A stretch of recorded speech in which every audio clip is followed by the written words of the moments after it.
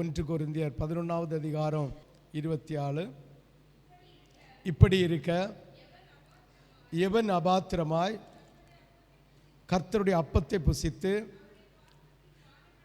அவருடைய பாத்திரத்தில் பானம் பண்ணுகிறானோ கர்த்தருடைய சரீரத்தையும் இரத்தத்தையும் குறித்து குற்றம் உள்ளவனாயிருப்பான். ஹல்லேலூயா, ஹல்லேலூயா, ஹல்லேலூயா. அப்படி 29லேருந்து 32 வரை, 29, 30, 31, 32 வாசிங்க. ஏன்னு கேட்டா, நீ நீ அந்த திமிரு பிடிச்சு அபாத்திரமா ஆண்டவரை சொல்ல முடியாத வார்த்தையெல்லாம் சொல்லிட்டு, ஊழியக்காரனை சொல்ல முடியாத வார்த்தையெல்லாம் சொல்லிட்டு திமிரோட நீ கை போட்டா, அதான் அபாத்திரமா கை போட்டா, ஆண்டவருடைய சரீரம் பரிசுத்தம் இல்லை என்றும் நீ அது பரிசுத்தம் உள்ளது என்று நிதானித்து அறியாமல் சரீரத்தை குற்றம் உள்ளதாக, இரத்தத்தை குற்றம் உள்ளதாக எண்ணி புசிக்கிறாய். ஆண்டவருடைய எரிச்சல் உன் சபை உன்னுடைய சிரசில் தங்கும். ஆமென், ஆமென். 30 வாசி. இதன் நிமித்தம் அநேகர் அதாவது பலவீனம், நோய்வாய்ப்பட்டிருக்கிறார்கள், வியாதி உள்ளவர்களுமாய் இருக்கிறார்கள், அநேகர் செத்தும் போய் இருக்கிறார்கள். ஆமென். எல்லா மாசமும் இதை வாசிக்க. எங்க நான் சாவியை நான் என்ன அக்கிரமம் செய்யாமல இருக்கிறேன், நான் பொல்லாப்பு செய்யாமல இருக்கிறேன், ஆனா நான் சாவல்லையே. சிந்திக்காதுங்க. ஒவ்வொன்றுக்கும் ஒரு காலம் உண்டு. ஒவ்வொன்று, அதுக்கு தான் அந்த வசனத்தை எல்லாம் வாசித்து தந்தது. ஒவ்வொன்றுக்கும் ஒரு காலம் உண்டு. ஆமென். 31 வாசி. அதனால நம்ம நாமே யோசித்து நம்ம நாமே நிதானித்து அறிந்து பொல்லாப்பு வராது படும்போது நியாய தீர்க்கப்படாதபடிக்கு நமக்கு சிக்ஷை உண்டு. ஆமென். அதை உலகத்தோடு நியாய தீர்க்கப்படாதுன்னா நீ நரகத்துக்கு போவதற்கு சடிதி ஆபத்து வராமல் இருக்கும், சடிதி பொல்லாப்பு வராமல் இருக்கும். அதாவது நீ செத்து, அதாவது அற்ப ஆயுசில் செத்து போகாமல், அதுதான் உலகத்தோட நியாயம் தீர்க்காம உனக்கு சின்ன தண்டனைகளை, சின்ன அடிகளை, சின்ன காய்ச்சலை, சின்ன பீச்சலை, சின்ன பல்லுவலி, சின்ன கண்ணுவலி, மூக்கோலி, சின்ன அது இந்த பாடுகளை தந்து உன்னை மனம் திரும்ப வைக்கிறார். ஆமென், ஆமென். அதனால அபாத்திரமாக கை போட்டு விடாதீர்கள். ஹல்லேலூயா. 32வது வசனத்தை ஒருக்கோட வாசி. படும்போது உலகத்தோட ஆக்கினைக்குள்ளாக தீர்க்கப்படாதபடிக்கு ஆண்டவரால் சிட்சிக்கப்படுகிறோம். ஹல்லேலூயா, ஹல்லேலூயா. எபிரேயருக்கு எழுதின புஸ்தகம் 12வது அதிகாரம் 7 முதல் 13 வரை, 7 முதல் 13 வரை. 12வது எரேமியா 12வது அதிகாரம் 7வது வசனம் முதல் 13வது வசனம் வரை நான் வாசிக்கேன். நான் என் வீட்டை விட்டு விட்டேன், என் சுதந்திரத்தை நெகிழ விட்டேன், என் ஆத்துமா நேசித்தவனை அவனுடைய சத்துருவின் கையிலே ஒப்பு கொடுத்தேன். நான் என் வீட்டை விட்டு விட்டேன், என் சுதந்திரத்தை நெகிழ விட்டேன், என் ஆத்துமா நேசித்தவனை அவனுடைய சத்துருவின் கையிலே ஒப்பு கொடுத்தேன். என் சுதந்திரம் காட்டிலுள்ள சிங்கத்தை போல் எனக்கு ஆயிற்று, அது எனக்கு விரோதமாய் கர்ச்சிக்கிறது, ஆதலால் அதை வெறுக்கிறேன். என் சுதந்திரம் பலவர்ணமான பட்சியை போல எனக்கு ஆயிற்று, ஆகையால் பட்சிகள் அதை சுற்றிலும் வருவதாக, வெளியில் சகல ஜீவன்களே அதை பட்சிக்கும்படி கூடி வாருங்கள். அநேக மேய்ப்பர்கள் என் திராட்சை தோட்டத்தை அழித்து என் பங்கை காலால் மிதித்து என் பிரியமான பங்கை பாழான வனாந்தரமாக்கினார்கள், அதை பாழாக்கி விட்டார்கள். பாழாய் கிடக்கிற அது என்னை நோக்கி புலம்புகிறது. தேசமெல்லாம் பாழாயிற்று, ஒருவனும் அதை மனதிலே வைக்கிறதில்லை. கொள்ளைக்காரர் வனாந்தரத்தில் உள்ள எல்லா உயர் நிலங்களின் மேலும் வருகிறார்கள். கர்த்தருடைய பட்டயம் தேசத்தில் ஒருமுனை தொடங்கி தேசத்தின் மறுமுனை மட்டும் பட்சித்து கொண்டிருக்கும். மாம்சமாகிய ஒன்றுக்கும் சமாதானம் இல்லை. கோதுமையை விதைத்தார்கள், முள்ளுக்குள்ளே அறுப்பார்கள், பிரயாசப்படுவார்கள், பிரயோஜனம் அடையார்கள். கர்த்தருடைய உக்கிர கோபத்தினால் உங்களுக்கு வரும் பலனை குறித்து வெட்கப்படுவீர்கள். வெட்கப்படுங்கள். ஹல்லேலூயா. இனி 1 கொரிந்தியர் 32வது வசனத்தை வாசி. 31 32. நம்மை நாமே நிதானித்து அறிந்தால் நம்ம நியாய தீர்க்கப்பட மாட்டோம். நம்ம நியாயம் தீர்க்கப்படும் போது உலகத்தோடு ஆக்கினைக்குள்ளாக தீர்க்கப்படாதபடிக்கு கர்த்தரால் சிட்சிக்க. இனி 27வது வசனத்தை வாசி. இப்படி இருக்க எவன் இன்னைக்கு கர்த்தருடைய பந்தியில எவன் இந்த பாவங்களை மனசுல வச்சுட்டு கர்த்தருடைய பந்தியில கை போடுகிறானோ அவனுக்கு வருகிற பாடுதான், அவனுக்கு வருகிற உபத்திரவம் தான். ஆண்டவரை நிந்தித்து ஆண்டவரை மறந்து ஆண்டவரை கைவிட்டது நிமித்தம், கர்த்தரன் கைவிடுகிறது நிமித்தம் இந்த பாடுகள் நமக்கு வரும்னு எரேமியா தீர்க்கதரிசியின் மூலமாக உனக்கும் எனக்கும் உரைக்கிற சத்தம் கேட்டவனாக சொல்லுகிறேன். ஹல்லேலூயா, ஹல்லேலூயா. தன்னைத்தானே நிதானித்து அறியாவிட்டால் என்ன வரும்? பாடு வரும், வியாதி வரும், மரணமே வருமா? பலவீனம் வரும், வியாதி வரும், மரணமே வருமா? அதுதான் இந்த வசனத்தில் சொல்லப்பட்டிருக்கிறது. 12வது அதிகாரம் 7 முதல் 13 வரை ஒரு கதை வாசிக்கும் பாருங்க. நான் என் வீட்டை விட்டு விட்டேன், என் சுதந்திரத்தை நெகிழ விட்டேன், என் ஆத்துமா நேசித்தவனை அவனுடைய சத்துருவின் கையிலே ஒப்பு கொடுத்தேன். ஆண்டவராகிய தேவன் அவருடைய வீட்டுக்குள்ள சிநேகித்து வண்ண வைத்து அவனை நேசித்து பார்த்தார். ஆனால் அவர் சொல்லுகிறார், நிகழவிட்டு என் ஆத்துமா நேசித்தவனை அவனுடைய சத்துருவின் கையிலே ஒப்பு கொடுத்தேன். என் ஆத்துமா நேசித்தது, என் ஆத்துமா நேசித்தது. நல்லா சிந்தித்து பாருங்கள். என் வீட்டுக்குள்ள வச்சிருந்தேன், என் மகிமையாக வச்சிருந்தேன். ஆனால் என்ன, அவன் நேசிக்கல. அவன் உலகத்தில் இந்த சூழ்நிலையில் வாழ்ந்து என்னையே மறுதலிக்கிறான், என்னையே வேண்டாம் என்று சொல்லுகிறான். இதன் நிமித்தம் நான் நேசித்த சிநேகிதனா ஆண்டவருடைய ராஜ்யத்தில் போவதற்காக, ஆண்டவருடைய ராஜ்யத்துக்கு போவதற்காக அர்ப்பணங்களை செய்து, அதாவது தியாகம் செய்து, அதாவது அர்ப்பணித்து மூழ்கி ஞானஸ்தானத்தை எடுத்து இங்கே இருக்கிற பிள்ளைகளாகிய உங்களை பார்த்து கர்த்தர் சொன்னதுதான் சிநேகிதன். என்னுடைய சிநேகிதனை யாருக்கு ஒப்பு கொடுத்தாராம்? துன்மார்க்கன் கையில ஒப்பு கொடுக்கிறாராம். சும்மா படிச்சா அது புரியாது, அதான் திரும்ப திரும்ப சொல்லிதாரன். ஆமென். அப்போ அபாத்திரமாக கை போட்டு தன்னைத்தானே நிதானம் தரிஞ்சு சும்மா இன்னும் பாயில போட்டு இன்னும் வீடி வலிச்சு இன்னும் சாராயம் குடிச்சு இன்னும் கெட்ட வார்த்தை விழிச்சு இன்னும் அநியாயம் செய்து திரும்ப செய்துட்டு ஆண்டவர்கிட்ட மன்னிப்பு கேட்டு அனுதினமும் மாறி போகாம, இருதயத்தில் இருந்து அது மாறி போகாம, சுபாவம் செத்து போகாம திரும்பவும் அதே திரும்ப செய்கிறீர்கள். ஆனால் ஆண்டவராகிய தேவன் சொல்லுகிறார், அபாத்திரம் அந்த கை போட்டால் உனக்கு சாவு கூட வரும், உபத்திரம் வரும், பாடுகள் வரும், நியாய தீர்ப்பு வரும்னு சொல்லி இருக்கிறார். ஹல்லேலூயா. அதைத்தான் எரேமியா தீர்க்கதரிசியின் மூலமா இந்த 7வது வசனத்தில் தாராரு. 7வது வசனத்தில் 12:7 நான் என் வீட்டை விட்டு விட்டேன், என் சுதந்திரத்தை நெகிழ விட்டேன், என் ஆத்துமா நேசித்தவனை அவனுடைய சத்துருவின் கையிலே ஒப்பு கொடுக்கிறேன். சிந்திச்சு பாருங்க, யோசித்து பாருங்க. உன்னை நேசித்தது உண்மைதான், உன் வியாதியை மாற்றினது உண்மைதான், உன் குடிவரியை மாற்றினது உண்மைதான், ஆபத்தில் காலத்தில் கை தந்தது உண்மைதான். ஏன்னா அன்வரை நாம் ஆண்டுடைய சிநேகிதனாயிருந்தோம். இந்த ஆண்டவருடைய உடன்படிக்கையை மீறுகிறீர்கள். ஆண்டவருடைய சத்தியம் நம்முடைய இடுப்பில் கச்சியாக இல்லை. அவருடைய சுவிசேஷம் நம்ம மார்பகத்தில் கேடகமாக இல்லை. இதன் நிமித்தம் அவருக்கு சிநேகிதனாயிருந்த ஒன்ன ஆண்டவராகிய தேவன் சத்ருவின் கையில ஒப்பு கொடுப்பாராம். மனம் திரும்பு. எண்ணம் செத்து எண்ணம் பிழைச்சப்படாது. இயேசு ஒரு நேரம் செத்தாரு, ஒரு நேரம் உயிர் தெழுந்தாரு, இன்னைக்கும் உயிர் தெழுந்து இருக்கிறாரு. ஆமென் சொல்லு. இனி 8வது வசனத்தை வாசிக்கிறேன். என் சுதந்திரம் காட்டில் உள்ள சிங்கத்தை போல் என்ன காயிற்று. ஆண்டவர் சொல்றாரு, ஒன்றை பார்த்து சொல்றாரு. அவருக்குள்ள வீட்டுக்குள்ள ஒன்றை ஒரு சிநேகிதனை போல வச்சிருந்தேன்.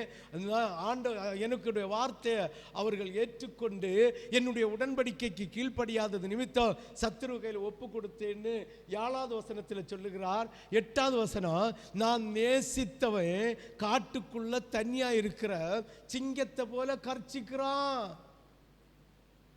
அதாவது எனக்கு தூரமா இருக்கிறான். நான் நல்லது சொன்னாலும் சொல்லுவாங்க தெரியுமா, பண்ணியை வளர்க்க பிடிச்சாலும் கீபி, அறுக்க பிடிச்சாலும் கீபி. அதுக்கு தெரியல, அந்த பண்ணிக்கு தெரியல என்ன வளர்க்க பிடிச்சிருக்கா அறுக்க பிடிச்சிருக்கா தெரியல. எல்லாத்துக்கும் ஒரே கீபி கீபி. பண்ணி கரையது கேட்டிருக்கா? நான் கேட்டிருக்கேன், அந்த சத்தம் வேற இல்லை. கோழி கரையதை கேட்டிருக்கேன். 8வது வசனத்தை வாசிக்க பாருங்க. என் சுதந்திரம், என்ன சுதந்திரம்? உன்னை எப்படி வச்சிருந்தாரா? அவருக்கு சொந்த சுதந்திரமா வச்சிருந்தார். சொந்த சுதந்திரமா வச்சிருக்க. ஆனா நீ ஆண்டோடைய உடன்படிக்கை கீழ்ப்படிதியா?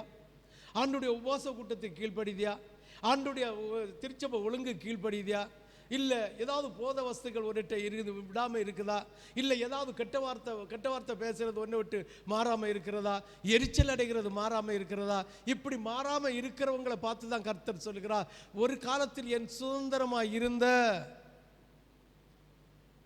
இப்போ என் சுதந்திரம் பார்க்கிறேன், என் சுதந்திரம் காட்டில் உள்ள சிங்கத்தை போல் எனக்காயிற்று என்று ஆண்டவர் சொல்லுகிறார்.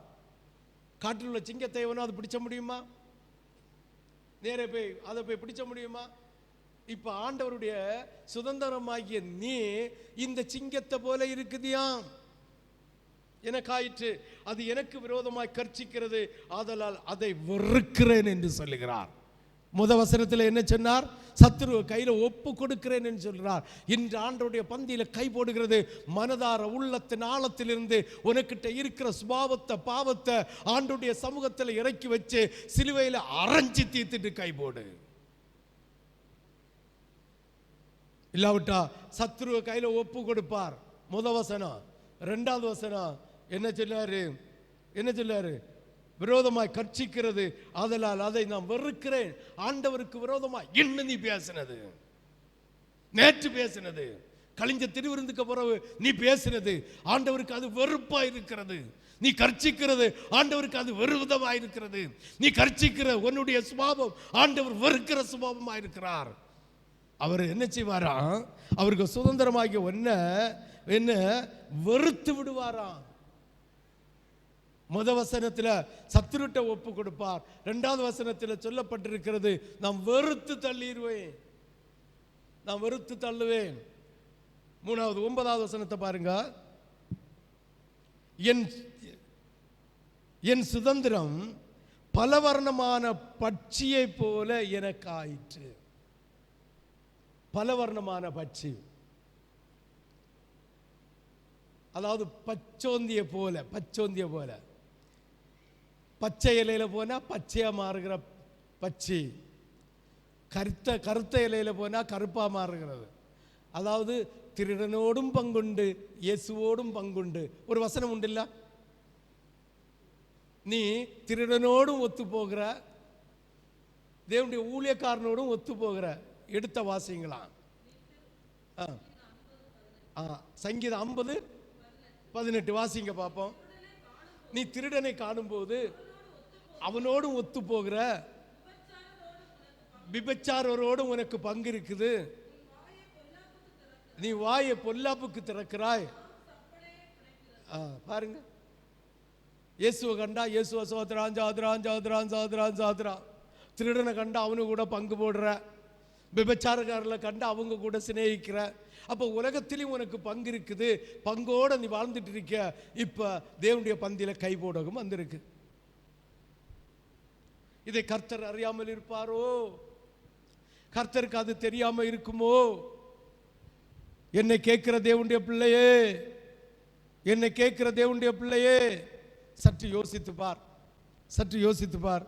பாருங்க, என் சுதந்திரம் பலவர்ணப்பட்ட பட்சியை போல எனக்கு ஆயிற்று. ஆகையால் பட்சிகள் அதை சுற்றிலும் வருவதாக வெளியில் சகல ஜீவன்களை அதை பட்சிக்கும்படி கூடி வருவார்கள். நீ ஆண்டவருக்கு டிமிக்கி டிமிக்கி டிமிக்கி ஒரு வார்த்தை என்னது?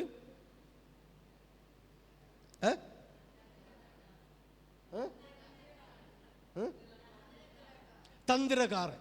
ஆண்டவர்கிட்ட தந்திரமா ஊழியக்காரன் காணும்போது, ஆண்டவருடைய பிள்ளைகளை காணும்போது ஒரு வேஷம் போட்டு ஒரு பேச்சு பேசிட்டு, ஆண்டவருடைய ஊழியக்காரன் இல்லாத சமயத்தில் அவர் ஆண்டவர் இல்லை என்று நினைத்து விட்டு ஒரு வார்த்தை பேசுகிற பேச்சு கர்த்தருக்கு கடினமாக இருக்கிற, இருதயத்துக்கு கடினமாக இருக்கிறது. நீ இப்படி என்னை குறித்து, ஆண்டவர் சொல்றார், என்னை குறித்து பலவர்ண பட்சிகளைப் போல இருக்கிறது நிமித்தம் இந்த பலவர்ண பட்சிகளையும் பட்சிக்கக்கூடிய உலகத்தில் உள்ள எல்லா ஜீவஜந்துகளும் வரும் என்று சொல்லுகிறார். உன்னுடைய வேஷத்தை கலைத்து போடுவார். உன்னுடைய துன்மார்க்க தினத்தினால் உன் சந்ததிகள் அழிந்து போகும். உன்னுடைய ஆண்டவருக்கு பிரியமில்லாத செய்கை நிமித்தம், ஆண்டவருடைய உடன்படிக்கையை குலைத்து போடுகிறது நிமித்தம் கர்த்தர் உன்னை சீர்குலைத்து போடுவேன் என்று சொல்லி, அதான் பலவர்ண பட்சிகளை போல நான் எனக்கு ஆயிற்று. இந்த பலவர்ண பட்சிகளை பட்சிக்கும்படியா ஜீவனுள்ள பட்சி அத்தனை வந்து உங்களை நாசப்படுத்தும் என்று சொல்லுகிறார். இனி 10வது வசனத்தை வாசிப்போம். அதே அநேக மேய்ப்பர்கள் என் திராட்சை தோட்டத்தை அழித்து என் பங்கை காலால் மிதித்து என் பிரியமான பங்கை பாழான வனாந்தரமாக்கினார்கள். ஆண்டவருக்கு ஊழியம் செய்கிற தேவ பிள்ளைகளே, ஆண்டவர் ஏதோ ஒரு விதத்தில் செய்து கொண்டிருக்கிறீர்கள். வேலை ஸ்தலத்திலும் பேசுகிறீர்கள், ஆண்டவர் எனக்கு இப்படி செய்தார், இப்படி எல்லாம் செய்கிறார் என்று பேசிக்கொண்டிருக்கிற தேவனுடைய ஊழியக்காரர்களாகிய உங்களை பார்த்து சொல்லுகிறார், கர்த்தருடைய திராட்சை தோட்டத்தை அழித்து போடுகிற நயவஞ்சகர்களாக இருக்கக்கூடாது என்று. ஆமென். அநேக மேய்ப்பர்கள் என் திராட்சை தோட்டத்தை அழித்து என் பங்கை காலால் மிதித்து என் பிரியமான பங்கை பாழான வனாந்தரமாக்கினார்களே. இது ஒன்று, நீ ஆண்டுடைய சீசனாக இருந்து தேவனுடைய சமூக தப்பத்தை புசிக்கிற ஊழியக்காரன், அதாவது சீசனாக இருக்கிற உனக்கும் இன்னைக்கு உலகத்தில் இருக்கிற மேய்ப்பர்களாக இருக்கிற ஊழியக்காரர்களுக்கும் கொடுக்கிற எச்சரிக்கை வார்த்தை.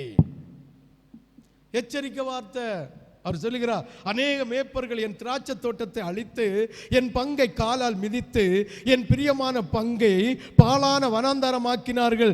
அதை பாழாக்கி விட்டார்கள். பாழாய் கிடக்கிற அது என்னை நோக்கி புலம்புகிறது. தேசமெல்லாம் பாழாயிற்று, ஒருவன் அதை மனதிலே வைக்கிறதும் இல்லை. 12 கொள்ளைக்காரர் வனாந்தரத்தில் உள்ள எல்லா உயர்நிலங்களில் மேலும் வருகிறார்கள். செழிப்பா ஆசீர்வாதமா வச்ச ஒன்னு ஆசீர்வாதத்தின் மேட்டுகளை கொள்ளையிட கொள்ளைக்காரன் பிசாசானவன் வந்து சூறையாடுவான் என்று சொல்லுகிறார். சூறையாடுவானா? ஹல்லேலூயா, ஹல்லேலூயா. கொள்ளைக்காரர் வனாந்தரத்தில் உள்ள எல்லா உயர் நிலங்களின் மேலும் வருகிறார்கள்.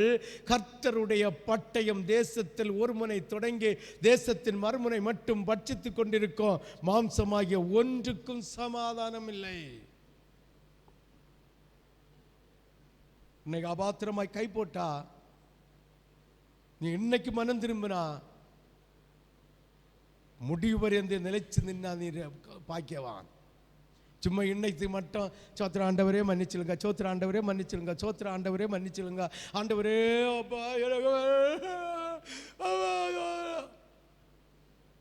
இந்த பச்சொந்தி போல இருக்காத. பச்சொந்தி போல இருக்க, ரத்தமே சிந்தினாலும் கர்த்தருக்கு சாட்சியா வாழ்வேன் என்று நிச்சயமாக உள்ளத்தின் ஆழத்திலிருந்து ஒப்புக்கொடு. எல்லாரும் கர்த்தர் வாரி கொண்டு போவார். கர்த்தர் வாரி கொண்டு போவார். அதை ஒரு கண் காண்பதும் இல்லை, ஒரு காது கேட்பதும் இல்லை. உன் இருதயத்தில் அந்த சிந்தனை வரவும் செய்யாது. ஆவிக்குரிய வாழ்க்கை நாசமடைஞ்சு போயிரும். ஆவிக்குரிய வாழ்க்கை இல்லாம போயிரும். கர்த்தரை தரிசிக்கிற தரிசனம் இல்லாது போயிரும். 3வது மனுஷர்கள் 4வது மனுஷர்களை போல ஒரு சும்மா கைவிரிச்சு ஆராதிக்கிற ஆராதனை மட்டும்தான் இருக்கும். எல்லாம் செத்து போயிரும். ஆமென். ஹல்லேலூயா, ஹல்லேலூயா, ஹல்லேலூயா, ஹல்லேலூயா. 13வது வசனம், கோதுமையை விதைத்தார்கள், முள்ளுகளை அறுப்பார்கள், பிரயாசப்படுவார்கள், பிரயோஜனம் அடையார்கள். கர்த்தருடைய உக்கிரம கோபத்தினால் உங்களுக்கு வரும் பலனை குறித்து வெட்கப்படுவீர்கள். சிந்தித்து பாருங்கள். கர்த்தருக்கு கொடுக்க வேண்டிய மகிமையை, கர்த்தருக்கு கொடுக்க வேண்டிய மகத்துவத்தை கொடுக்காம நீ பந்தியில் அபாத்திரமா கை போட்டா கர்த்தர் இவ்வண்ணமாக உன்னை வாதிக்க வல்லவராயிருக்கிறார். ஆமேன், ஆமேன். சத்தமே காணலையே. நம்முடைய பாவங்களை நாம் அறிக்கையிட்டால் பாவங்களை நமக்கு மன்னித்து எல்லா அநியாயத்தையும் நீக்கி நம்மை சுத்திகரிப்பதற்கு அவர் உண்மையும் நீதியும் உள்ளவராய் இருக்கிறார். நாம் பாவம் செய்யவில்லை என்போமானால் நாம் அவரை பொய்யராக்குகிறார். இன்னைக்கு கர்த்தர் சொல்லி தந்து உன் இருதயத்தில் இருக்கிற காரியங்களை, உன் இருதயத்தில் இருக்கிற சிந்தனைகளை, நீ கர்த்தருடைய உடன்படிக்கையை, அதாவது திருச்சபையின் ஒழுங்க மீறினதை கர்த்தர் சொல்லி தந்து உன்னை உணர்த்தின பிறகும் நான் என்ன செய்தேன், இதை விட நான் எப்படி மனம் திரும்பணும், எப்படி வாழ்ந்தேன் தெரியுமா, எப்படி இருந்தேன் தெரியுமா, எப்படி நான் என்னெல்லாம் செய்தேன் தெரியுமா, பாட்டு பயிற்சி கொடுத்தேன் தெரியுமா, சண்டேஸ் கிளாஸ் டீச்சராக இருந்தேன் தெரியுமா, இன்னும் ஏதாவது ஒன்று நினச்சிட்டு இருக்காத. உங்கள் பாஸ்டர் எங்கள் பாஸ்டர்னு பங்கு வச்சாமல் நம்ம பாஸ்டர்னு உரிமையோடு சொல்லக்கூடிய அந்த கிருபையை பெற்றிருக்கணும். ஆமென்.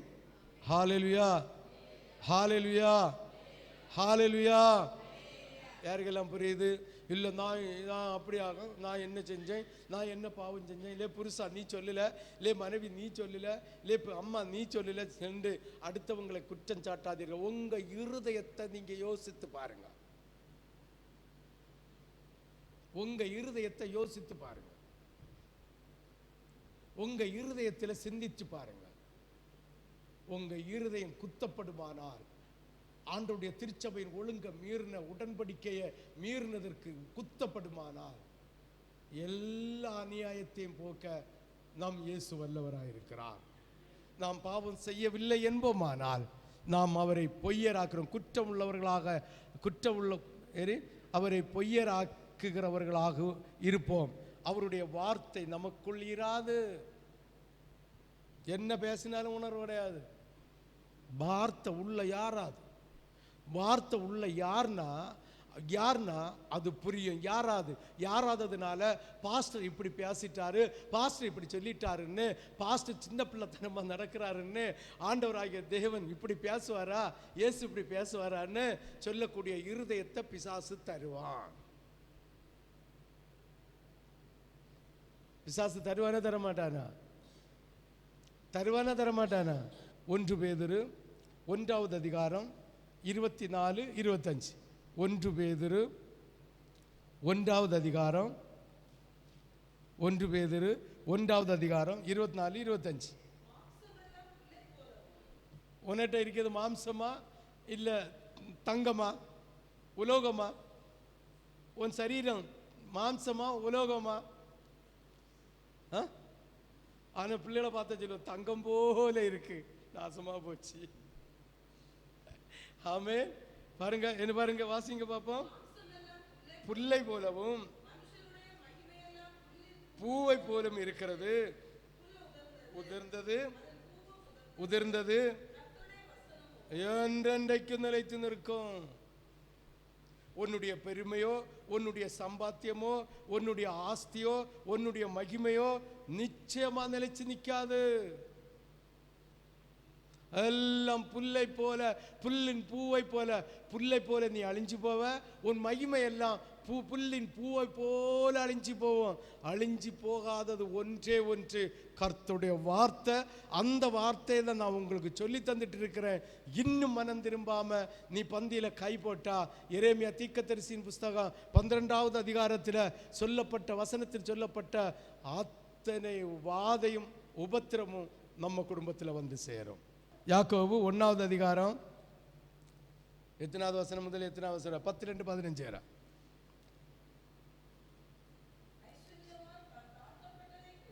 ஐஸ்வர்யவான் தான் தாழ்த்தப்பட்டதை குறித்து மேன்மை பாராட்ட கடவன். எப்படி? நமக்கு வந்த கஷ்டத்தை குறித்து, பாட குறித்து நம்ம என்ன செய்யணுமா? மேன்மை பாராட்டணுமா? அது எப்படி பாஸ்டர் மேன்மை பாராட்ட? அது எப்படி மேன்மை பாராட்ட முடியும்? நல்லது செஞ்சாதானே ஆண்டவருக்கு நன்றி செலுத்த முடியும். இன்னைக்கு சாட்சி எல்லாரும் அப்படித்தானே சொல்லுதே.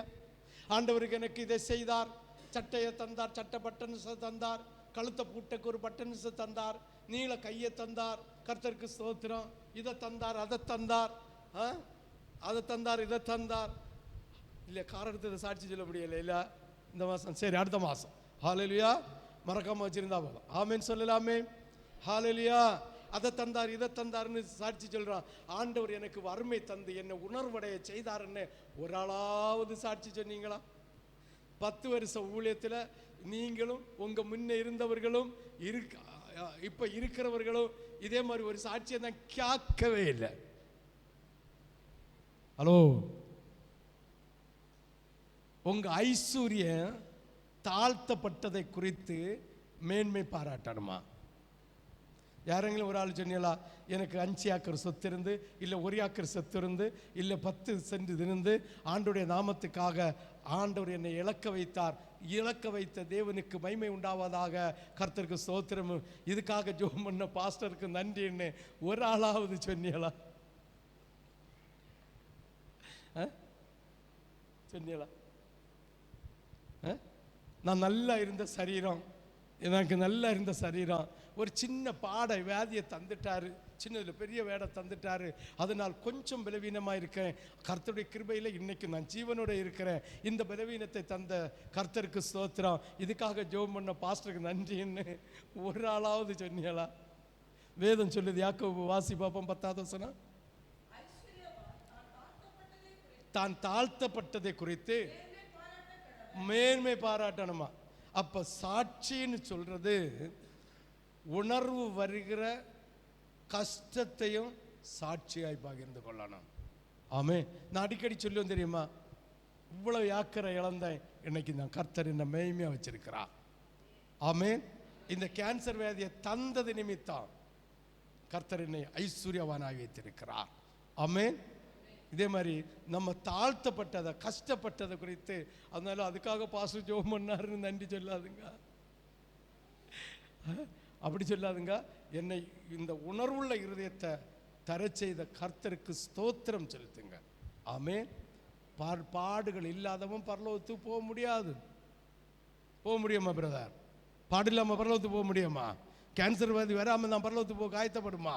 ஒவ்வொரு ஆளுகளுக்கும் ஒரு பாடு இல்லாமல் இருந்தால் பரலோகத்துக்கு போக முடியுமா? ஹல்லேலூயா. சிந்தித்து பாருங்கள். தாழ்த்தப்படுகிற ஐஸ்வர்யம், அதாவது ஐஸ்வர்யம் நஷ்டப்படுகிறத குறித்து என்ன செய்யணுமா? எல்லாத்தையும் எனக்கு ஒரு வீடு தந்தார் ஆண்டவர் ஆகிய தேவன், என்ன நான் கஷ்டப்பட்டு இருந்தேன், உபத்திரப்பட்டு இருந்தேன், ஆண்டவர் எனக்கு ஒரு வீடை தந்தார், கர்த்தருக்கு ஸ்தோத்திரம்னு சாட்சி சொன்னியா?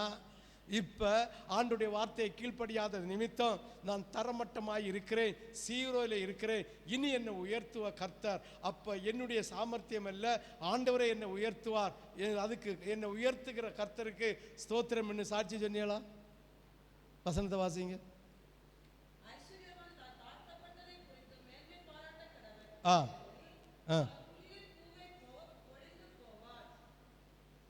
அதனால எந்த நேரத்திலும் கர்த்தருக்கு மகிமை செலுத்து.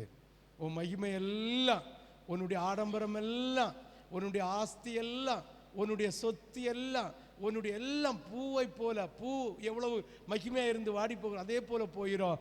ஆண்டுடைய வார்த்தை தான் என்னை உபதேசமாக கர்த்தர் தந்து கொண்டிருக்கிறார். வார்த்தை ஒரு நாளும் அழிந்து போகாது. அதனால் உன்னுடைய ஐஸ்வர்யவான் அழிந்து போகிறது நிமித்தம் ஆண்டவருடைய நாமத்தை மகிமைப்படுத்து. கர்த்தர் வாசி பாப்பம் தொடர்ந்து அடுத்த வசனம். உதித்து உலர்க்கும் போது பூ உதிர்ந்து அழிந்து போவும்,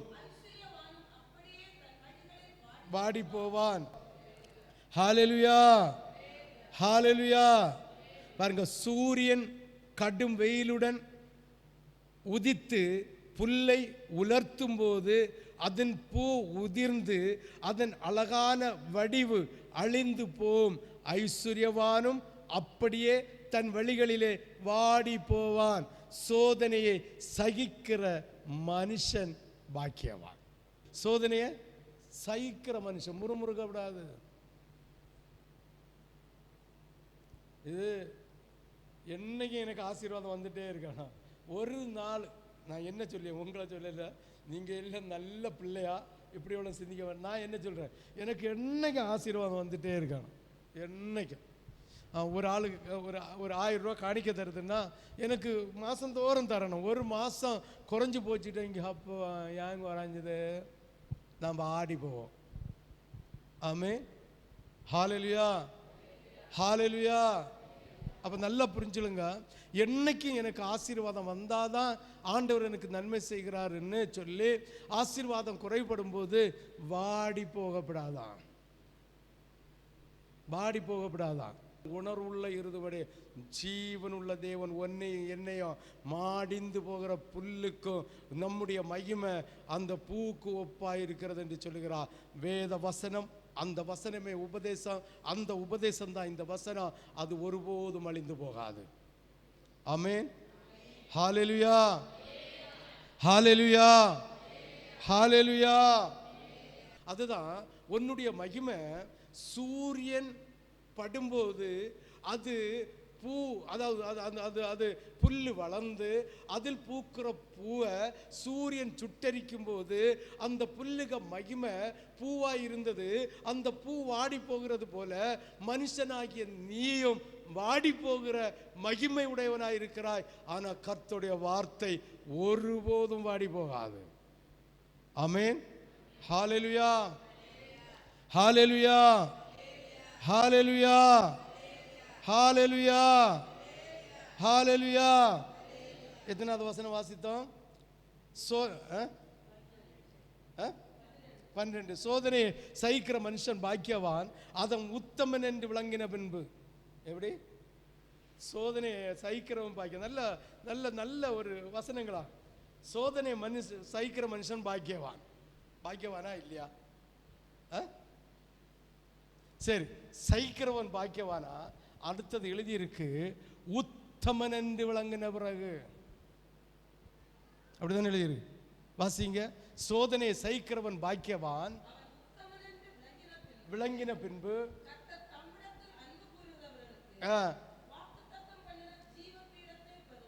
நல்லா புரிஞ்சுக்கணும்.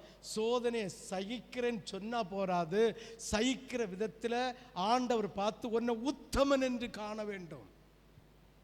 வாயில சொல்லிடலாம், வாயில சொல்லலாம், நான் சகிச்சிட்டேன், நான் சகிச்சிட்டேன், நான் சகிச்சிட்டேன், எனக்கு சோதனை நான் சகிச்சிட்டேன். பட் நீ சகிக்கிறத கர்த்தர் உன்னை கண்டு உத்தமன் என்று கர்த்தர் காண வேண்டுமா? அப்பொழுது உனக்கு தந்த வாக்குத்தத்தம் அத்தனையும் நிறைவேறும்.